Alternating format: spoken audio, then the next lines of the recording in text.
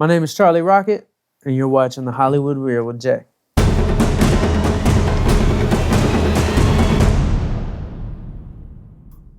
Charlie Rocket, a My man man. who's on a winning streak every day of his life. Welcome.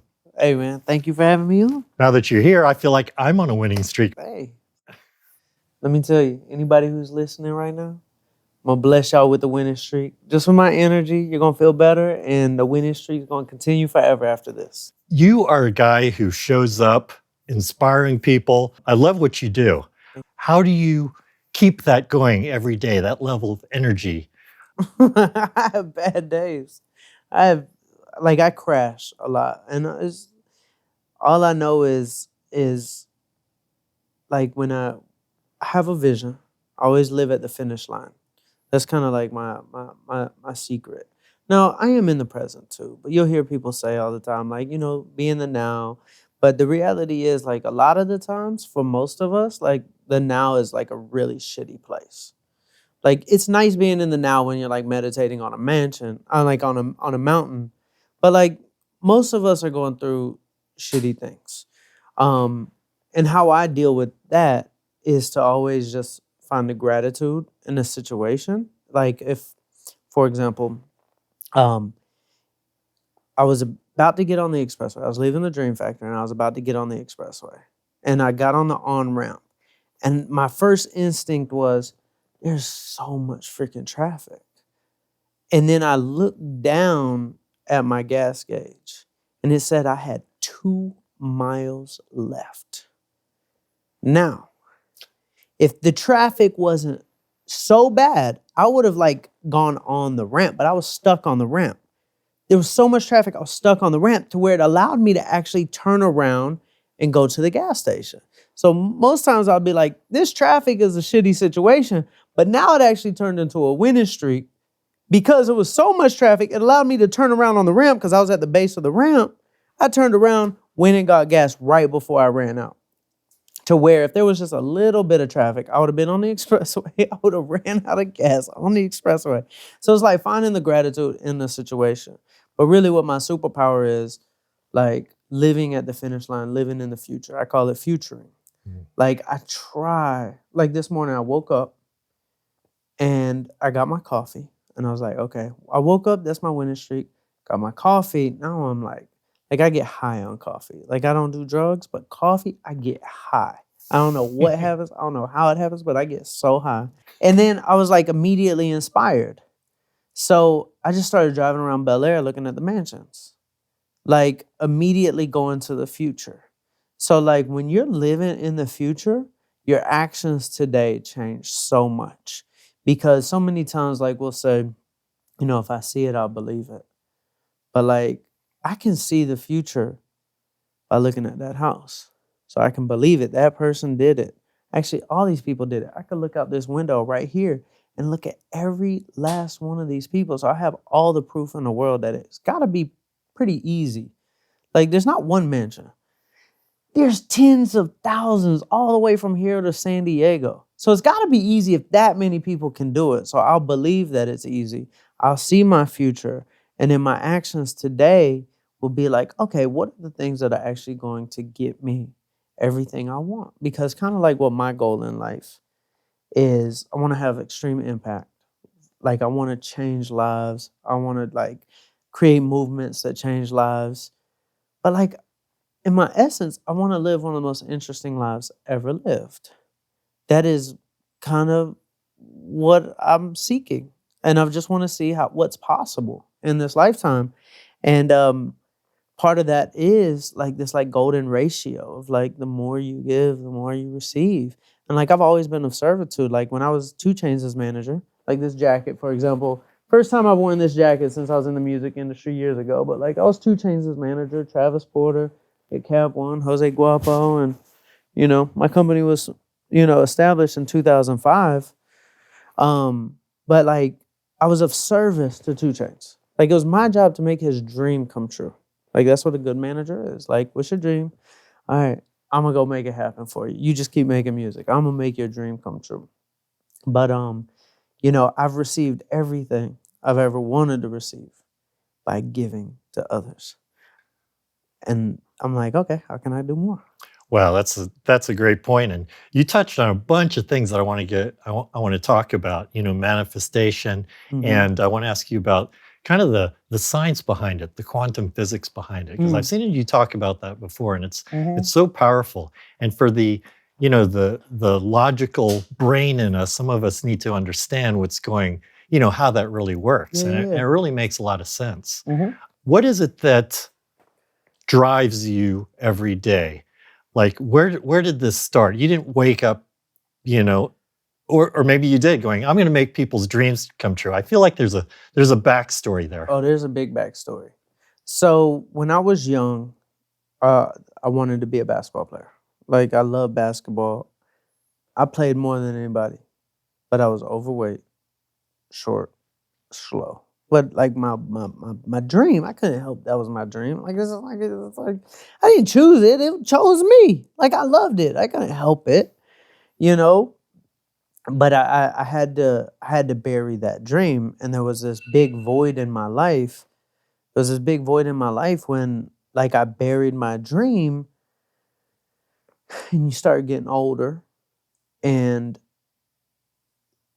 I find a lot of gratitude in the struggle. I find a lot of gratitude in the frustration because that's where so many gifts come. I was antisocial, extremely antisocial. Never, like in high school, never went to a party. I was popular, but I was afraid to go into worlds like that I couldn't control, like a party or a football game or basketball game. It was just very antisocial, like socially awkward, anxiety. Like even when I was in the music industry, going to a nightclub gave me anxiety. And that made me really good at building my own worlds, that people come into my world. So it's like having a weakness can give you your superpower. Like we were saying before we cut on the camera, it was like, I was like, man, you're so fit. And you're like, hey, but you're a Nike athlete. I said, Nike hired me as an athlete, because I am chubby. Like I was relatable. So sometimes your weaknesses can be a superpower. But what I think unlocks the superpower is the gratitude. Because if you feed your attention into something, it will be defined by you. For example, if I were to walk under a ladder and say that's bad luck, I'm going to be right. If I walk under a ladder and say that's good luck, I'm going to be right. We define it. And the same thing with a situation. A situation is not a bad situation until you say it's a bad situation. Situation is just a situation.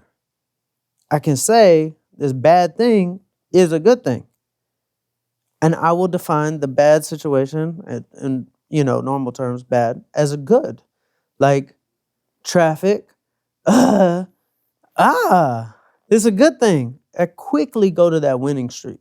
I quickly go to this like delusional optimism.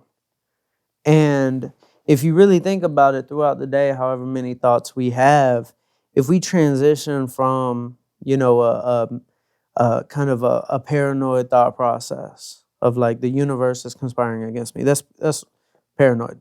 Universe is conspiring against me to a pronoid. The universe is conspiring for me. Like this bad thing happened for me. It's directing me here. Boom, immediately shift it. What if that happens 1,000 times a day? It's like your entire life changes at that point. Think about it. Let's say you're in Las Vegas with your friend, both playing slot machines. One's winning, one's losing. Who does everybody gravitate to? The winner. The energy is so infectious that when I say like gravitate, I like let's think about it like gravity. Like when something is so big, it forms a gravity. But that's also attraction. See what I'm saying? Hmm.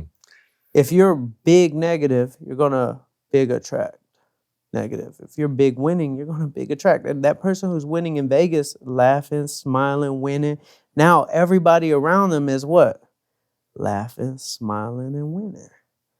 So it can start with the smallest thought, but what happens when that small thought happens 1,000 times throughout the day?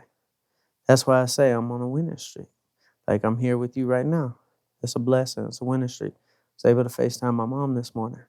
There might be a day where I'm not able to do that. That simplest thing is a winning streak. Everything. Like I was able to afford gas in LA.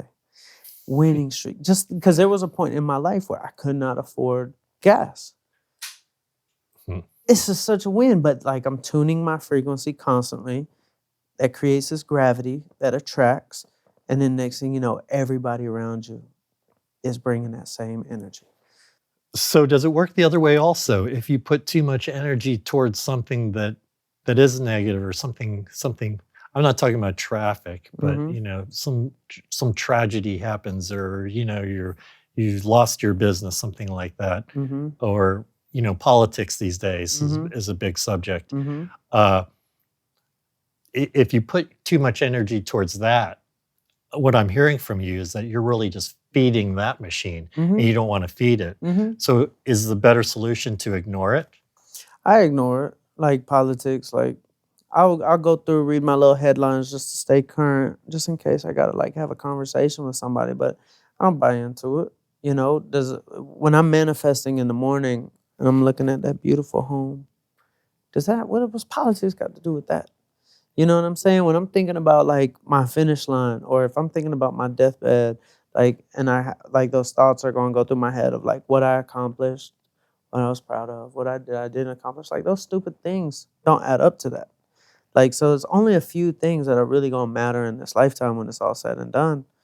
And so I just try to shift my energy there. But like when something bad happens, like I'm human. Like I throw my tantrum. I have my bad days, but I treat it like a cold. Like when you get a cold. Obviously a shitty situation. But you know it's gonna last about 7 days. And so I'm like, all right, I'm just going like kind of treat it like a cold. Like it's gonna be like my little 7 days, and then I'm going to get back up, and then it's time to get through this. Like like I have my times where I get extremely frustrated, but there's like really weird things. I don't know how I've managed to do it. I haven't figured out the pattern, but like when I get extremely frustrated, I manifest really fast. I'm talking about miracles. I'm talking about if somebody tells me to like be realistic because I'm trying to accomplish something and I get furious, like things speed up for me. I don't know how, I don't know why, but like you don't have to be kumbaya. I'm very passionate and intense. So I get frustrated. I get angry. But it's not anger for like a low frequency. It's an anger for like, don't limit me from trying to be great. So like things really do manifest quickly there. But no, like it's okay to be have shitty ass days. It's okay to like go through that. Just treat it like a cold. Like, all right, it's gonna last a week. Like let's not stay here for years. Some people stay there for years, they become addicted to it. But once again, I'll pull out my journal. I'll start manifesting the future. Go to the future. The future is such a happy place. The past is like, obviously, there's good memories, but there's a lot of bad shit. The current, there's a lot of bad shit too. The future is all possibilities. Yeah. So, You can affect your own future, make absolutely. it happen. Absolutely. So what are the mechanics of that? You talk about manifestation and the Hmm. quantum physics about it. Hmm. Is there an easy way to break that down? Yeah, there is. Kindergarten teacher style. I'll like explain this in the simplest way. There's traditional physics, which is right, and then there's, like a quantum physics, which is a modern science that is just in the past 100 years. When the scientists first discovered it, it was it was kind of mind-boggling because um, everything in this world, this table, me, you, this, made up of photons. It's basically little particle like atoms, protons, but photons, smallest form of matter there is. And in traditional physics, you would look at a photon as let's call it a marble, a little ball, a little solid ball. For example, remember in physics class, you had the little thing with the little going around it. They called it a piece of matter. Now they took this photon and they shot it at a wall that had 2 slits in it. Okay? It's called the double slit test. They shot it at this wall and it went through both holes. But a marble can't do that. But if you were to drop a marble in water and a wave came off of that marble, could that wave go through 2 different doors? Absolutely, because a wave, if I were to drop a wave in a pond, that wave is going to end up over there and over there. That's just what a wave does. It just expands. It goes like this, where the marble is in one place. So this was the interesting thing.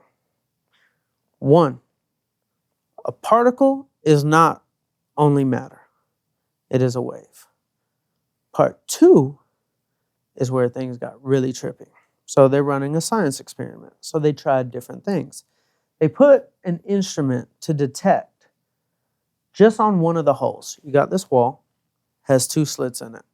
So let's say this is a slit right here, and this is a slit right here, okay? I throw this marble, and it went through both of these. But then they took this camera, and they put it just here. So basically, they put intention. That's what the camera represents. This is really magical and mysterious and metaphysical. They put a camera right here just to look at this slit. They shot this marble at this wall, and it was going through both, as it was acting as if a wave. When they put this camera here, it only went through this. They're like, hold on, how is this possible? Now, this is where the law of attraction is kind of proven by science. When human attention looks here, it goes here. Close the human eye, shoot it, goes through both. It acts as a wave until you focus on something.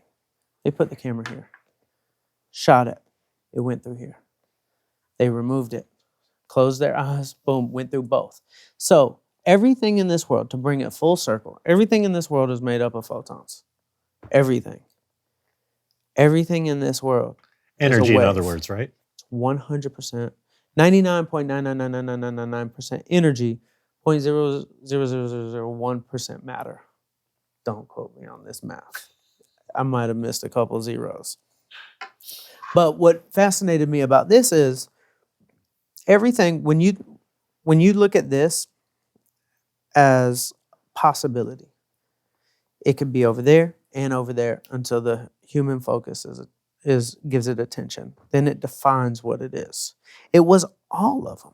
It was in all these places until you define where you look. And that is where I've experienced so much magic, but most all successful people have.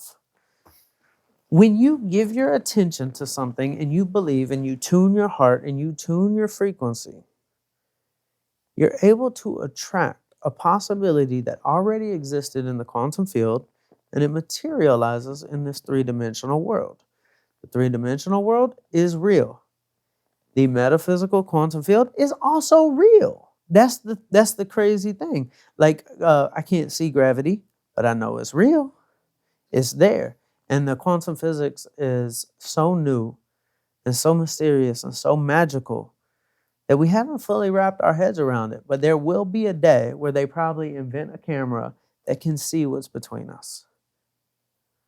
Like right now, there's songs flying in between you and I. There's thousands of phone conversations flying in this air.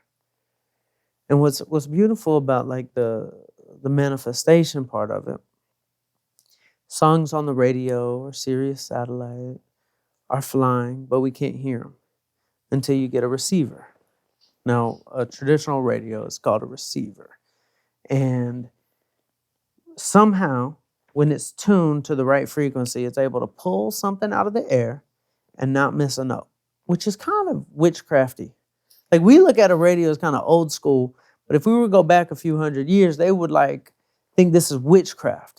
So this little box is pulling something out of the air. Well, how's the song in the air and I can't hear it? How is this radio able to hear this thing that's in the air that's invisible and doesn't make a sound? Like, we don't even hear a little bit of the song right now. But when this radio tunes to the same frequency, it's able to pull it out of thin sight and it's able to play it. It's the same thing with us. What we want is already up there. It already exists. It's already a possibility. It's already written. But when we tune ourselves to the exact frequency, not 0.5 off. If we're playing 99.7 and we're on 99.5, you don't hear the song at all. You have to be on the same exact frequency. Has to resonate. Has to resonate. Vibes, frequency, resonate. When it matches, it's able to take this invisible thing, and that is a real song. It's not a myth. It's not witchcraft. It's not magic. That song is flying through the air, and this box hears it and then plays it. Same thing with us. Same thing with our dreams. Same thing with what we want to manifest. When we tune our frequency to it, it becomes real because it was always there. We just couldn't see it. Well, you're blowing my mind right now. That was a great explanation too. I've heard that explained a few different ways, but I like the way you did that. You know, there's a lot of information on manifestation and everything. Yeah. And most people are not able to make it happen. What Yeah. are they doing wrong? Belief. I told you I'm a delusional optimist. Delusional is key. Delusional is just like so much belief that like you're kind of stepping outside of reality, which is a great thing to do. When you believe and you tune your heart, I will tell somebody that this is going to happen, and it's going to happen fast. And I'm going to put a date on it. I'm going to be like, next 24 hours. They might look at me and they might be like, Charlie, you're crazy. And I'm like, all right, good. Because I'm believing enough. And then when they tell me I'm crazy, now I'm even more tuned. I'm like, watch. And it happens. And it happens magically. Like, I'm talking about when I wanted to be a Nike athlete, I wanted to make a fan-made Nike commercial. And to make an actual Nike commercial, like Nike quality, minimum budget, like if you were to hire a local agency and do a small Instagram commercial, minimum budget like 60 grand. And I wanted to make one. But I actually wanted to make like a world-renowned fan-made Nike commercial to try to get Nike's attention. So I started calling my buddies in Hollywood. And I'm like, all right, this is what I'm looking for. Looking for a filmmaker who can shoot, edit, color grade, score, and make an original like Hans Zimmer type song, who owns his own equipment, and my budget is a couple grand. So I started talking to my buddies in Hollywood. They're like, Charlie, like, you're being unrealistic. Like, one person isn't going to do all those jobs. Like, the person who shoots a lot of times doesn't edit. The person who edit definitely doesn't make music. And the person who does color grading, there's only a few people of those in this city. And that's an expensive job. They're like, Charlie, you're not going to find this person. Now, this is where I told you earlier, like when my frustration gets tuned, like I manifest really fast. So I was out to dinner at Gracias Madres with one of John Legend's managers, asking him to introduce me to somebody who might be able to find me this videographer. I'm going to make this commercial. I'm going to. The guy told me, not John Legend's manager, the guy who we were meeting with said, Charlie, like, you're not going to find this person, not at that budget. I said, don't tell me I can't do something. He said, you need to be realistic. I said, nothing I've done my entire life has been realistic. I hate those words. Don't tell me that. I got up from the meeting. I walked outside, and my friend, who's John Legend's manager, like, is out there, and he's like, yeah, Charlie, you should calm down. I said, I'm not going to calm down. I said, watch. I'm going to find this videographer, and I'm going to find him tomorrow. Swear to God. Tomorrow. Fast forward. I'm sitting in my living room in Santa Monica. I got through my little frustration phase, and I went straight magical. Got my notebook, my quantum possibilities notebook, and I wrote down, today is the day, I search / found, my videographer / editor. It's done, ! It's easy, ! An hour later, my roommate walks in the front door. Behind him is a videographer with like this big Steadicam rig. I'm thinking to myself, this is odd. Why does my roommate have a videographer? He's like an accountant at like Whole Foods. I'm like, why is a cameraman following Morgan? And I look at this guy and I said, this is odd. I was like, you do video stuff? And the first thing out of his mouth was like the most negative thing. He's like, yeah, but nobody ever pays me. I'm like, okay, can I see your work? I pulled up the laptop, pulled up his little website. He had a short film on there. And I said to him, I said, did you shoot this? He's like, yeah, I shot it. I said, do you own your own equipment? He said, yeah, I'm kind of like a hoarder. Like anytime I make money, I just buy equipment. I said, do you have your own lighting? He said, yeah, I got my own lighting. I said, you got your own lenses? Yeah, I got anamorphic, cinematic. I got all these lenses. I'm like, I said, who did the editing on this short film? He said, I edited it. I said, who did the scoring on this film? Because, you know, the sound effects, it's like a real film. He was like, well, like you hear that sound effect? Like I took like 2 flip-flops and like I mixed it. I said, hold on, you mix? He said, yeah, mix and master, audio. I was like, well, who did the music on here? He said, well, I used to be in a rock band. We were on the Warped Tour. We had a record deal, but like the label dropped us. I said, so you did the color grading too, I'm guessing? He said, yeah, I taught myself Da Vinci. He walked in my front door, bro. Oh, wow. He walked in my front fucking door. I wrote this in my notebook. I showed him. I said, I wrote that I was going to find. I said, can I hire you? He said, man, I need a job. Hulu didn't. I interviewed at Hulu last week. They didn't hire me. I said, bro, I want to make a fan-made Nike commercial. He was like, you're crazy. I said, I know. He was like, let's try. I was like, this is what I want to do. I asked him, can you make like Hans Zimmer type music, like with the strings? He said, absolutely. Man, I asked him what the budget would be to make this.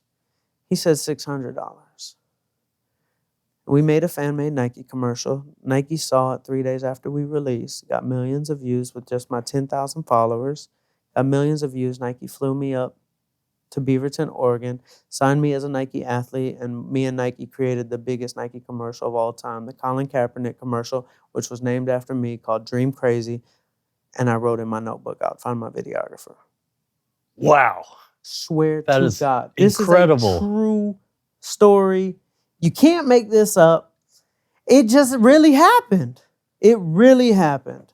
And this is why I was saying that energy, that tune into the frequency, that being frustrated, that believing that tomorrow I'm going to find him. Did I find him? No. He found me.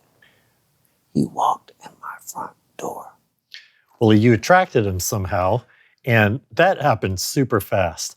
And that reminds me of a guy named Maxwell Maltz who wrote Psycho-Cybernetics. And one of the things he talks about is going to sleep. He's got a pre-bed ritual about setting an intention and writing down what's a problem you need to solve or something to happen. You go to sleep at night and let your subconscious work on this problem. Do you do something similar? Like when you're trying to manifest super fast, is there something that you do before you go to bed? Unintentionally. Like I was telling my business partners yesterday, I was like, you want to know how you know how much somebody cares about something? I said, show me their text messages at 7 in the morning, show me their text messages at 9 at night.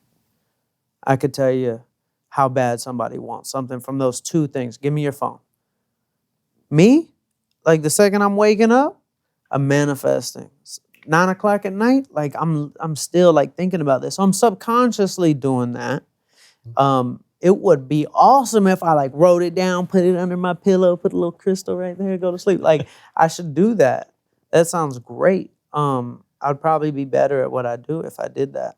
But unlike I say probably a lot of like very motivational people, it's like I'm not consistent. I'm all over the place. I can't do the same routine every morning. I'll wake up early this day. I'll sleep in this day. Like my name's Charlie. It means free man.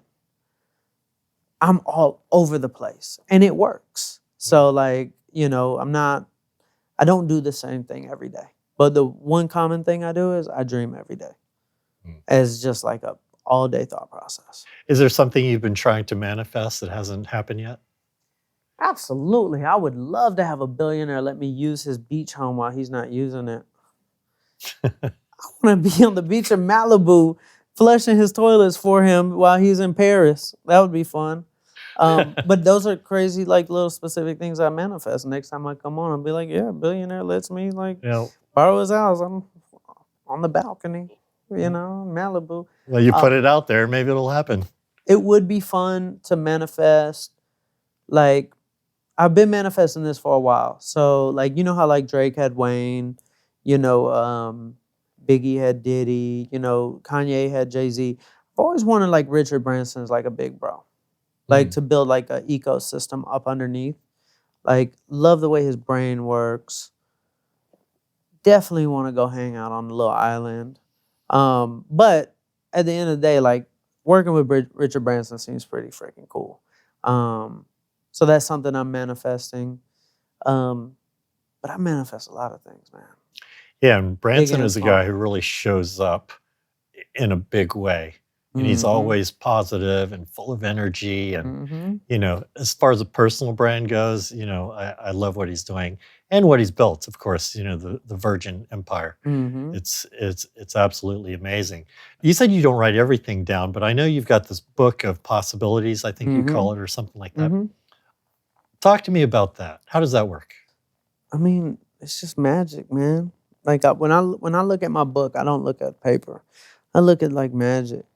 My pen is my magic wand. And when I write something, I'm like almost like Harry Potter tingly. Like I create it myself, but it's like I think about it in those terms of like when I write this, it's gonna come true. And so much magic has happened. I wrote in that book I was going to be in the commercial with LeBron and Serena. Like very specific things. Just like I'm going to be on a billionaire's. Like, you know what I'm saying? Like very specific things. Goofy or deep or not goofy or selfish or for the world. Like I just write everything that I want. Because I honestly believe that I deserve to have the most of everything. Because if I'm meant to like be on this earth and inspire people and give back to others, like, why not leave a blueprint on how to live a very interesting life? Like, I wrote this down, boom, came true. I did this, boom, we were able to help more people. So it's like, that's what I wake up and do. Like, I dream every day, and I lead by example, but then I reach my hand back and help other people dream every day. Well, it seems like the things that you dream for are really the resources that will allow you to pay it forward to help more people. Absolutely. Do you remember the moment that you had the power to make anyone's dreams come true? I remember the first one. The first one I really did. Well, I did do a lot back in the music industry with 2 Chainz. We were giving away houses and cars, but I was like very behind the scenes. But when I started doing what I'm doing with the Dream Machine Tour, I started when I was biking across America. So I was biking from LA to New York. And I wanted to help people along the way. And so since we're biking, I told my business partner, I was like, we probably need to get a bus to sleep in.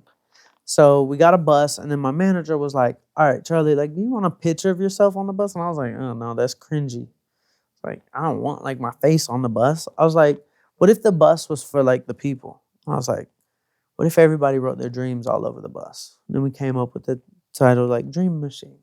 And so we started the first Dream Machine tour across the United States, 2018.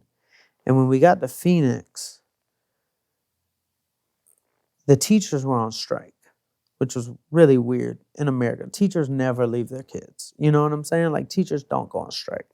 But they, like, went on strike. They left the kids. They're, like, marching. The whole city is marching. This is as we're biking into Phoenix. And, like, I was like, we need to try to see if we can help a teacher because they're not getting paid anything. That's why they were on strike. You got, like, 50-year-old full-time school teachers getting paid $20,000 a year, like having to be roommates with their like sister-in-law. Like it's like crazy. I'm like, this doesn't make any sense. These people work long hours, obviously 8 hours during the day, then like grading assignments all night. Like they work hard. So we found this teacher. Her name was Miss Rosa. She was actually a pre-K teacher, so she wasn't on like a salary. She got paid by the hours she worked. So when they were on strike, she wasn't getting paid like everybody else was. So she had it even worse. And so she had cancer, wasn't getting paid, behind on her mortgage, and hadn't been able to see her kids in California because she didn't have a good car to be able to like go on a road trip. And so I called a billionaire friend of mine, Ayman Hariri, Lebanese man. His father was the prime minister of Lebanon, and his brother is the prime minister of Lebanon. And they're a very wealthy, wealthy family. And I gave him a call and I told him about Miss Rosa.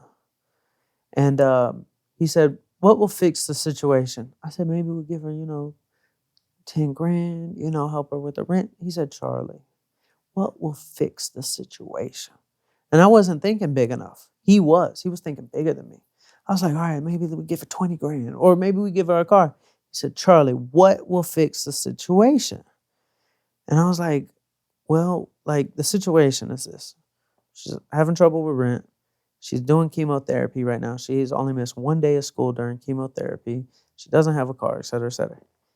Eamon came in, paid off her house, paid off all her medical bills, bought her a brand new car, minivan, so she can go visit her family, visit her kids. And it was just like, wow, that was the first one. Okay, I think I'm on a path that's like meant to be really big. And since then, I mean, we've toured across the United States maybe like 5 or 6 times. We've, raised and given away maybe close to $10 million. We've helped thousands and thousands of people, made dreams come true. There's been little girls with rare diseases that wanted to start a cookie company, and in 2 weeks, we built a cookie company and sold 130,000 cookies in a week. Raised her 500,000. There was a homeless artist here in LA. He was on the street outside of the Ralphs on Sunset. We launched him a business selling his art. Oprah bought a painting. Steve Harvey bought a painting, along with about 8,000 other people bought paintings and did about $350,000 in a week. Um, we've done lots of crazy things for people in their dreams, natural disasters, and just like I've been on a really big path, and I get these signs. Oh, talk about signs. Let me tell you about Miss Rosa. Hold on. You get the signs that you're on the right path. As I was walking up to the school with Miss Rosa, we're about to present to her the news, like we're surprising her in her classroom. My friend walked up to me and said, "Charlie, do you know what today is?"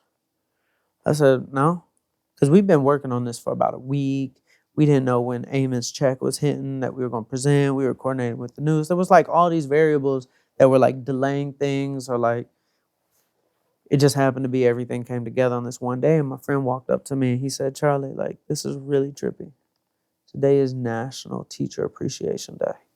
I said, "Get the fuck out of here." I said, "There's no way." Like you would have thought we planned it. Same thing happened like a month ago. We were helping this kid with leukemia, Tevi, and when we started on the dream, it was National Leukemia Awareness Month. Like, how do you like we get all these signs that we're on the right path, which is just very magical. I love those confirmations, and that's why I keep going because I get all the signs, and it's just alignment is 1 plus 1 equals 1,000 or 1,000,000. Like when it's so synergistic, it's like math is right. 1 plus 1 does equal 2. That is true, but why not believe 1 plus 1 can equal 1,000 as well? Like obviously, like traditional math, that's not right, but it's just like traditional physics and quantum physics. Like traditional physics says this is solid, and it's right. It is solid. Quantum physics says no, this is waves and energy, and it's right too. Both can exist at the same time. You've helped dozens of people, maybe hundreds directly, Mhm. and then probably maybe millions indirectly. When you think about this and put this all together, what does that all mean to you? Is there a life lesson there? It it'll be interesting to see if this can translate to shifting culture. That's really what I'm going to try to do.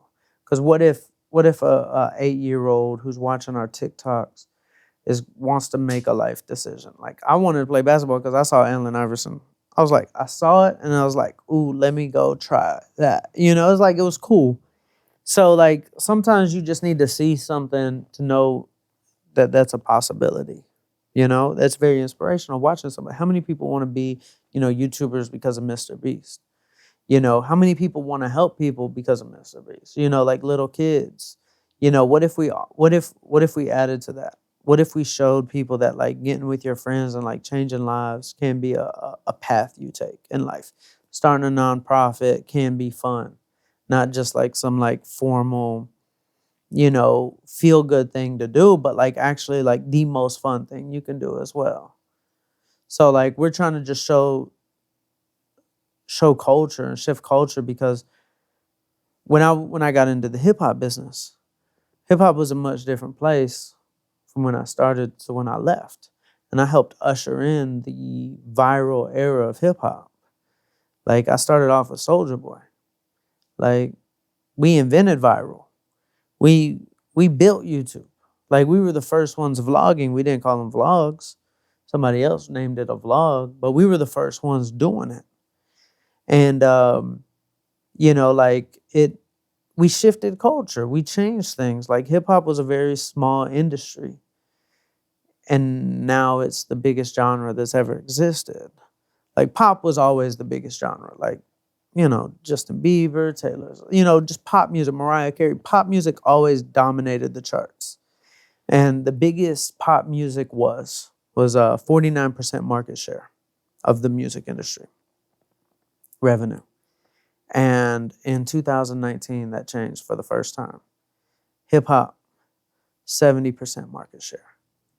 Biggest genre, not by a little bit, the biggest genre by far. Like it swallows up every other genre. And that's because like we the people create hip hop. Like kids create hip hop, not big corporations, not big marketing budgets. Just kids recording and putting out music. Because like the people made it big. So with philanthropy, can that happen? Can I usher in the viral era of philanthropy? Same way I ushered in the viral era of hip hop. Can there be the people who make good news spread as fast as bad news? People are craving it. Somebody told me a stat the other day. Like, as much as we pay attention to bad things in this world, they dominate the news, they dominate our attention. But for every bad thing that happens, there's 19,000 good things that happen. Yes, there is. That's a great takeaway. And so you're continuing that with the Dream Machine Foundation. I know you're building a new center, everything. Tell me about what's going on with the foundation. Well, we're really at this place that's like it's never been done before. Like I want to create a movement so much bigger than me. Like we're starting with the Dream Factory that we're building right now, which is LA's first social good social club. Like where like amazing cool people come together to go change the world, but also like it's not this is how I look at philanthropy. Like people might stop what they're normally doing to go like help people, and then they act different when they do. Like it's like, okay, this is my normal life. Like I go to the club at night, but then when I help people, like I'm a totally different person. Like people act different when they go to church, right? It's like it's like a separate. I'm trying to create one. Be yourself, have fun, be around cool people. Go change lives while you're having fun around cool people and create a movement based on that to where I want to empower creators. I want to empower like big-hearted people to want to be a part of this movement and to change lives and have it like accelerate their careers, financially, to where like if you're a creator and you come in to the dream team, like brands want to work with you more because you're changing lives. Like there's nothing wrong with that. So it's like you're helping people and you're having the time of your life and you're creating more business opportunities for yourself and you've got this environment. Like we're offering these amenities to creators because what if I can take every creator and instead of just having influence, like really showing them how to have impact with that. Mm. Everybody wants to help. People just don't know where to start. It's confusing. Like, it's easy to like imagine like, okay, we're gonna go feed homeless people just because you know where they are. You know, like, okay, I can see them. But like, if you want to go help a kid with cancer right now, it's too high of a barrier of entry to get started. So me and my team, we source everything, and then we're gonna start plugging in. Okay, you go help this kid. You go here, help this elderly person. You go, boom, this person lost their dog. Go deliver this puppy to them. You know, like all those type of things. But really, I want to scale it beyond me. I want to create the Dream 100. Starts with 100 people across the country. I want dream machines. I want dream factories. Next dream factory is going to be in Miami. You know, we might open up one in Tokyo. We might open up one in England. You know, like, dream factories all over the world. So the Dream Factory is a resource for creators to come and create things that have a social purpose Mm-hmm. in it. Is this a place then where, because I know you were talking about having a podcast studio, uh, three podcast studios. What other sort of facilities are there, and is there like what does it take to become a part of that? Is there a membership cost? Is this Mm-mm. subsidized completely by the foundation? Completely subsidized by corporations, not the foundation. When these people come in, we're very selective of who's a part of the dream team. But like, it's our close friends that like have good hearts, and then that grows. But we're very selective who can be a part of this like social good social club. But like in there, it's like we'll do daily yoga and sound baths for our people. So you don't have to pay to go to that yoga class at your gym. We're going to have an entire like meditation room with red light therapy and ice baths and infrared saunas that have like all the top end stuff that like low EMFs, and really creating these podcast studios where you can record your podcast, you can heal, meditate, you can come to our events. You can then, after you've done all this, you hit the streets with us, go change lives, and then you start networking with the other people, start collaborating, start building businesses together. We're assembling dreamers together. When you assemble dreamers together, the world changes. Like, it's not a party at this point. Everything we're talking about is our dreams. I could ask you what you do, and I could know a little bit about you. But if I asked you your dream, I know you on like a soul level, and we'll have a connection. Like, that's the beautiful thing about dreams. Uh, we're going to take LA, which is the city of angels. Don't see many angels, and we're going to actually make the identity of this city a city where if you're not from here and you think about coming to LA, I want you to think like, wow, that's a city of like where people's dreams come true and where the whole city supports other people in their dreams. I know we can do that. That's incredible. Yeah, and if you can use me as a resource, Can't I'm wait. volunteering. All right Here now. you go. All right now. And then you've got the Dream Machine Tour. Yep. The bus, the RV that you've got going around the country. Is that an ongoing thing? Yeah. So, like about a month ago, I was in Dubai doing a speech in Sharjah, which is an emirate next to Dubai, doing a speech for the government. And man, I'm on a camel, like having the time of my life. And I saw the news that the hurricane hit in Florida, one of the worst hurricanes, the most deadliest hurricane that's hit in Florida in almost 100 years. And so immediately I left. I left Dubai, flew straight to Florida, had my team get on the bus, drive straight across the country. We touched down in Florida and we started helping those hurricane victims. So it's like we tour usually once a year, but when there's natural disasters, we'll leave LA, go straight there. I might find a dream in San Francisco. We'll go up to San Francisco. So, like, I love touring. That's all I know. It's what I've been doing since I was in music, since I was a kid. 17 years old, I was on tour. So it's like, I love it. I left the music game, but like I'm really doing almost the same exact thing. How do you find the dreams? Sometimes it's magical and like we'll like stumble across the person. Other times like we have somebody on our team named Hunter, and he's like our dream hunter. But we're looking all day, every day. Like we're always seeing who needs a miracle. And like the other day when we were in Florida, there was this gentleman who had lost his home in the hurricane, and he was living in a tent behind the food bank. And we get sent at divine times because the food bank also had damage. So the insurance adjusters were coming in. And the food bank owner was like supporting the person living behind. The food bank was like, the insurance adjuster's coming. We can't have somebody like living in a tent. So now he's not just homeless. Now he's being kicked out from behind the food bank. And that just happened to be the day we found him. And we surprised him with $10,000 so he can start rebuilding. And he was just like, man, like I had nowhere to go. They made me pack up my tent. I had nowhere to go. And then y'all just showed up. Like, obviously, I wish we could do that for everybody, but like for him, like there was a lot of just like God involved, you know, in that situation. And where does this $10,000 come from? Do you raise money?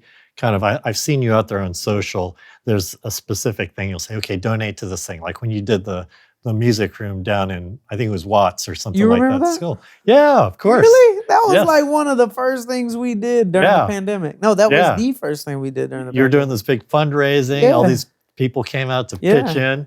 Do you fundraise per project, or do you have kind of this war chest that you can dole out? Both. So like we always like giving our fans direct funds, and then we have our like foundation fund. I call that like the keep the lights on fund. Sometimes people want to know exactly where their money's going. So like for example, like with the hurricane victims, we launched a direct fund because a lot of people, they're like, I donate to nonprofits, but I don't really know where the money's going. And I get that. So I'm like, all right, we set up direct funds. And so we raised $260,000 in a couple weeks for the hurricane victims. 260 comes in, 260 goes out. But then we have other donors who are like, I love what y'all do. Keep doing it. Like I hire all like young people who are like positive, and I'm able to give them like career paths. I never get paid for my foundation, but like I love being able to hire young people and give them a choice. Like you could work for this nonprofit and do something super positive, or you could like go like have another job that just isn't. So it's fun hiring young people and setting them on this life path. I do it because it's just a passion, but for them, giving somebody a career is great. So we have like our foundation fund, which like donors donate to that to make sure the foundation, you know, keeps its lights on, able to hire people, able to grow. But I always give people the options. Like when we support like a kid with cancer or like Lila with her cookies, it's like that's all her money. We don't take a penny. And so then we show other people like, look at what we do, donate to the foundation. We don't market that, but those are the conversations behind the scenes. So for those of us who are inspired by your work, the foundation's work, how do we get involved in that? How do we support? Well, one, if you're in LA, come find me. Sometimes you gotta like be persistent, but like if you truly want to be a part of it, come find me. Like Neve, who's over here, she's from London. She's now our head of content. She would DM all the time being like, I want to intern. I want to intern. I'm like, you're in London. She's like, I'll come to LA. I'll get an Airbnb for a month. I just want to, like, she was just passionate about it. And now she's our head of content, marketing, and PR. Like she worked her way all the way to the top. She was just passionate. But if you can't do all that, you want to get involved, just donate to somebody we're helping. There's usually about 1 or 2 people a week. We launch fundraisers. I mean, it's a massive impact. Like we've been able to like launch fundraisers and in one day raise 75 grand for a little girl with cancer. Like it's crazy. It's crazy how like the power of social media can be so impactful on people's lives. Like we're building this like army of love. You know, all of our fans, we call them the army of love. And like they just can't wait to see who the next person we're helping is. Like, how do I get involved? Oh, I'm donating to that one. Because, you know, people feel different things.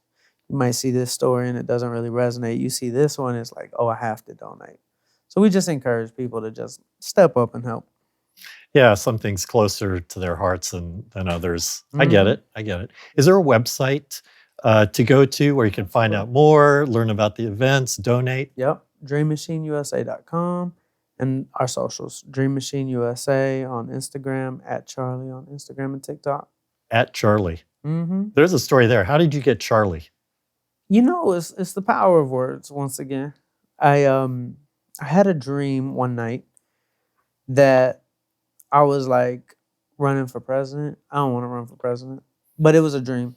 I was running for president in my dream, and I saw the yard sign, and it was just first name, just Charlie for president, no last name, like Oprah, right? And I called my business partner Scott, and I was like, one day I think I'm gonna have like this like first name basis name, just Charlie. And then the next day, after I said that, I got a DM from this employee at Instagram. Her name was Fadia. She was from the music industry originally in Atlanta, and she'd been watching my journey. And she just DM'd me and she said, "I got a gift for you." And I was like, "What is it?" She said, "It's a surprise." And then she just like sent me a DM. She was like, "Change your username to this." And it was just at Charlie. And I called my business partner Scott back, and I was like, "Bro, I had just told you this yesterday." And now I look at my Instagram, and then similar thing with TikTok, not quite as magical, but I wasn't on TikTok. But this kid DM'd me, and he was like, "I got the name Charlie. Like, do you want it?" I was like, "Hell yeah!" I was like, "I don't use TikTok, but hell yeah." He said, "I'll sell it to you for $1,000." I said, "I'll take it." He just gave it to me for Wow. $1,000, and now I got 7 million followers on TikTok. I'm a TikToker. Even though you didn't like it. Yeah, I was definitely in resistance to TikTok. I was like, I constantly have to rewrite my own rules because, like, theory, like, I'm 34, like, TikTok is like below my generation. And at first I was resistant of it until I realized that you could use it for good, not just like dancing. When I learned the power that it could for like helping people, I was like, all right, like Yeah. I got to look at this more often. I got to look at everything as a possibility because I got to constantly rewrite my rules too. Because like you don't win, the new war by using the old war strategy. You got to think like in war, they used to like hide behind they used to stand in a field and like look at each other and like shoot the gun at each other. Like that was the war strategy. I'm like, that's so dumb. Somebody decided to like hide behind a tree one day and be like, pew, like that's a new war strategy. Not maybe as commendable, but that's like ego. But like, when trying to like navigate the new age, it's like you gotta like pay attention to the kids. You got to. Yeah. And so I had to like once again navigate, okay, how can we usher in the new age of like philanthropy? You got to go with the kids. Yeah. And if you got a message, you've got to go where the audience is, right? You can't, you might have a good message and a good platform, but if you're screaming in the forest where there's nobody to listen, then Mm-hmm. it's not going to take off. But like you said, if you're here to inspire the kids, if that's your audience and they're on TikTok, then you got to go there. You can fight it all you want, but you got to go to where the attention is, right? Exactly. All right, Charlie, last question. Mm-hmm. What is your big dream? Where do you see Charlie 5-10 years from now? What kind of impact has he made? The first thing is to go beyond me and to really make this a movement. Movements are inspiring to me because it's no longer about the person. Like if I look at like a Christianity or any religion, like it no longer needed Jesus, like to be alive. Like it just went and still going. 2,000 years later, Buddhism still going. Buddha ain't nowhere to be found. Like that's inspiring to me. Um, the like democracy, for example, is like a movement. Like, the people who created it, they don't need to be here anymore for it to go on. And I would love for my movement and for what we're creating to spread. I want to really utilize YouTube. I really think that YouTube is going to be massive for what we're creating, especially now that they're doubling down on like short form content. So probably the next time we talk will probably be one of the biggest movements YouTube's ever seen. I'm talking about like bigger than anything we've seen before, because YouTube in the past has relied on an individual. I'm gonna attack YouTube from a movement perspective. It's gonna go way beyond me. So I'm predicting biggest YouTube channel in the world. If With anybody can make that happen, it's going to be you.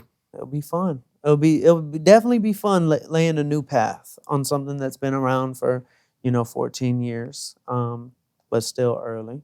YouTube's still early.